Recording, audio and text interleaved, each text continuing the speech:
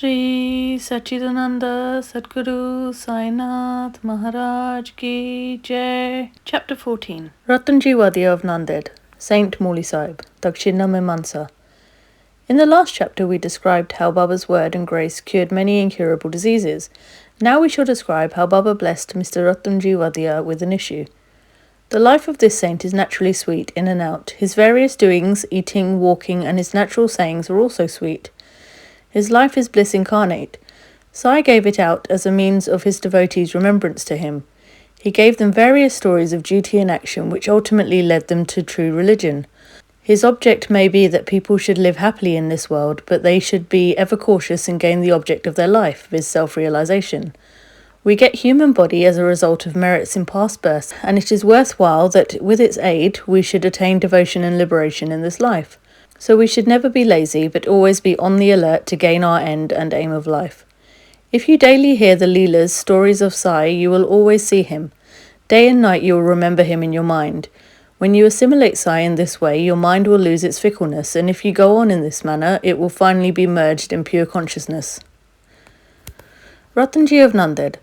Now let us come to the main story of this chapter. In Nanded, in the Nizam state, there lived a Parsi mill contractor and trader by name Ratanji Shapurji Wadia. He had amassed a large amount of money and had acquired fields and lands. He had got cattle, horses, and conveyances and was very prosperous. To all outward appearances he looked very happy and contented, but inwardly and really he was not so. Providential dispensation is such that no one in this world is completely happy and rich. Ratanji was no exception to this. He was liberal and charitable, gave food and clothing to the poor, and helped all in various ways. The people took him to be a good and happy man, but Ratanji thought himself miserable as he had no issue, male or female, for a long time.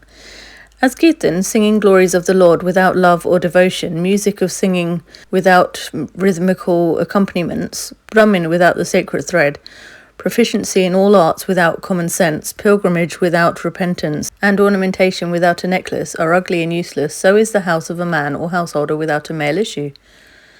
Ratanji always brooded on this matter and said in his mind, would God be ever pleased to grant me a son? He thus looked morose, had no relish for his food. Day and night he was enveloped with anxiety whether he would ever be blessed with a son.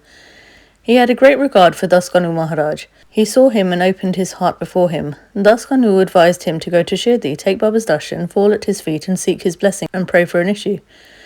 Ratanji liked the idea and decided to go to Shirdi. After some days he went to Shirdi, took Baba's darshana and fell at his feet.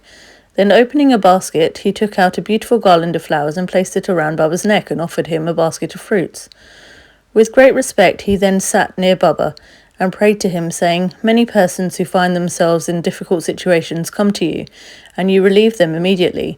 Hearing this, I have sought anxiously your feet. Please, therefore, do not disappoint me. Sai Baba then asked him for dakshina of 5 rupees, which Ratanji intended to give, but added that he had already received rupees 314.0 from him, and that he should pay the balance only. In those days the currency was rupees, annas and paise. Rupees 1 was equals to 16 annas, which was equals to 64 paise. Hearing this, Ratanji was rather puzzled. He could not make out as to what Baba meant. That was the first time he thought that he went to Shirdi, and how was it that Baba said that he had earlier already got 3 rupees, 14 annas and 0 paise from him? He could not solve the riddle. But he sat at Baba's feet and gave the balance of dakshina asked for, explained to Baba fully as to why he came and sought his help, and prayed that Baba should bless him with a son. Baba was moved and told him not to be worried, and that thenceforth his bad days had ended. He then gave him udi, placed his hand on his head and blessed him, saying that Allah, God, would satisfy his heart's desire. Then after taking Baba's leave, Ratanji returned to Nanded and told Daskanu everything that took place at Shirdi. He said that everything went on well there, that he got Baba's darshan and blessing with prasad, but there was one thing which he could not understand. Baba said to him that he had got rupees 3, 14 annas and 0 paise before. Please explain as to what Baba meant by this remark, he said to Daskanu. I never went to Shirdi before, and how could I give him the sum to which Baba referred? To Daskanu also it was a puzzle, and he pondered much over it for a long time. Some time afterwards, it struck him that Ratunji had received some days ago a Mohammedan saint by name Muli Sahib in his house and had spent some money for his reception. This Muli Sahib was a Kuli saint well known to the people of Nanded. When Ratunji decided to go to Shirdi, this Muli Sahib accidentally came to Ratunji's house. Ratunji knew him and loved him, so he gave a small party in his honour. Daskanu got from Ratunji the yadi or memo of expenses for his reception, and everybody was wonderstruck to see that the expenses amounted to exactly 3 rupees, 14 annas and 0 paise, nothing more, nothing less. They all came to know that Baba was omniscient, that though he lived in Shirdi, he knew what happened outside, far away from Shirdi. In fact, he knew the past, present and future, and could identify himself heart and soul with anybody. In this particular instance, how could he know the reception given to Mauli Sahib and the amount spent therefore, unless he could identify himself with him and be one with him? Ratanji was satisfied with this explanation, and his faith in Baba was confirmed and increased. In due time afterwards, he was blessed with a son, and his joy knew no bounds. It is said that he had in all 12 issues, out of which only 4 survived. In a footnote towards the end of this chapter, it is stated that Baba told Rao Bahadur Hari Vinayak Seth, after the death of his first wife, to remarry and that he would get a son. R.B. Seth married second time. The first 2 issues by this wife were daughters, and he therefore felt very despondent. But the third issue was a son. Baba's word did turn out true, and he was satisfied. Dakshina Mimansa. Now we shall close this chapter with a few remarks about Dakshina. It is a well-known fact that Baba always asked for Dakshina from people who went to see him. Somebody may ask a question: if Baba was a fakir and perfectly non-attached, why should he ask for Dakshina and care for money? We shall consider this question broadly now. First, for a long time, Baba did not accept anything. He stored burnt matches and filled his pocket with them. He never asked anything from anybody, whether he be a devotee or otherwise. If anybody placed before him a paise or 2, he purchased oil or tobacco. He was fond of tobacco, for he always smoked a bidi or chilim, an earthen pipe. Then some persons thought that they could not see the saints empty-handed, and they therefore placed some copper coins before Baba. If a paise was placed before him, he used to pocket it. If it was a 2 paise coin, it was returned immediately. Then after Baba's fame had spread far and wide, people began to flock in numbers, and Baba began to ask Dakshina from them. It is said in the Shruti Veda that puja of the gods is not complete unless a golden coin was offered.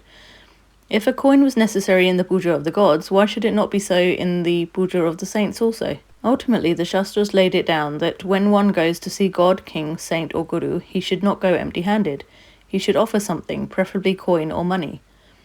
In this connection, we may notice the precepts recommended by the Upanishads. The Brihadaranyaka Upanishad says that the Lord Prajapati advised the gods, men and demons by one letter, Da. The gods understood by this letter that they should practice Dhamma, i.e. self-control.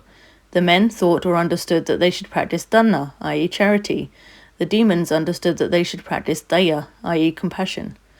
To men, charity or giving was recommended. The teacher in the Taittiriya Upanishad exhorts his pupils to practice charity and other virtues. Regarding charity, he says, give with faith, give with magnanimity, i.e. liberally, give with modesty, with awe, and with sympathy. In order to teach the devotees the lesson of charity and to remove their attachment to money and thus to purify their minds, Baba extracted Dakshina from them. But there was this peculiarity, as Baba said, that he had to give back 100 times more of what he received. There are many instances in which this has happened. To quote an instance, Mr. Ganpatrao Bodas, the famous actor, says in his Maruti autobiography that on Baba's pressing him often for Dakshina, he emptied his money bag before him. The result of this was, as Mr. Bodas says, that in later life he never lacked money as it came to him abundantly. There were also secondary meanings of Dakshina in many cases in which Baba did not want any pecuniary amount. To quote 2 instances, one, Baba asked 15 rupees as Dakshina from Professor Gigi Narke, who replied that he did not have even a pai. Then Baba said, I know you have no money, but you are reading Yoga Vashishta. Give me Dakshina from that. Giving Dakshina in this case meant deriving lessons from the book and lodging them in the heart where Baba resides. 2. In the second case, Baba asked a certain lady, Mrs. R.A. Tarkad, to give 6 rupees as Dakshina. The lady felt pained as she had nothing to give. Then her husband explained to her that Baba wanted 6 inner enemies, lust, anger, avarice, etc., to be surrendered to him. Baba agreed with this explanation. It is to be noted that though Baba collected a lot of money by Dakshina, he would distribute the whole amount the same day, and the next morning he would become a poor fakir as usual. When Baba took his Mahasamadhi after receiving thousands and thousands of rupees as Dakshina for about 10 years, he had only a few rupees in his possession. In short, Baba's main object in taking dakshina from his devotees was to teach them the lessons of renunciation and purification. Postscript. Mr. B.V. Deo of Tanna, retired Mamlatta, and a great devotee of Baba, has written an article on this subject, dakshina, in Shri Sai Leela magazine, volume 7, page 6 to 26, in which he says, amongst other things, as follows: Baba did not ask dakshina from all. If some gave dakshina without being asked, he sometimes accepted it, and at other times he refused it. He asked it from certain devotees only. He never demanded it from those devotees who thought in their minds that Baba should ask them for it, and then they should pay it. If anybody offered it against his wish, he never touched it, and if he kept it there, he asked him to take it away. He asked for small or big amounts from devotees according to their wish, devotion, and convenience. He asked it even from women and children. He never asked all the rich for it, nor from all the poor. Baba never got angry with those from whom he asked dakshina and who did not give it. If any dakshina was sent through some friend who forgot to hand over the same to Baba, he reminded him somehow of it and made him pay it. On some occasions, Baba used to return some sum from the amount tendered as dakshina and ask the donor to guard it or keep it in his shrine for worship. This procedure benefited the donor or devotee immensely. If anybody offered more than he originally intended to give, he returned the extra amount. Sometimes he asked more dakshina from some than what they originally intended to give, and if they had no money, asked them to get or borrow from others. From some, he demanded dakshina 3 or 4 times a day. Out of the amount collected as dakshina, Baba spent very little for his own sake, viz. For buying chilim, clay pipe, and fuel for his dunni, sacred fire, and all the rest he distributed as charity in varying proportions to various persons. All the paraphernalia of the Shirdi Sansthan was bought by various rich devotees at the instance and suggestion of Radha Krishnamai. Baba always used to get wild and scolded those who bought costly and rich articles. He said to Mr. Nana Sahib Jandorkar that all his property consisted of 1 kupin codpiece, 1 stray piece of cloth, 1 guffney, and a dumrul tin pot, and that all the people troubled him by bringing all these unnecessary, useless, and costly articles. Women and wealth are the 2 main obstacles in the way of our brahmata, spiritual life, and Baba provided in Shirdi 2 institutions, viz. Dakshina and Radha Krishnamai. Whenever they came to him, he demanded dakshina from them and asked them to go to the school, Radha Krishnamai's house. If they stood these 2 tests well, i.e. if they showed that they were free from attachment for women and wealth, their progress in spirituality was rapid and assured by Baba's grace and blessings.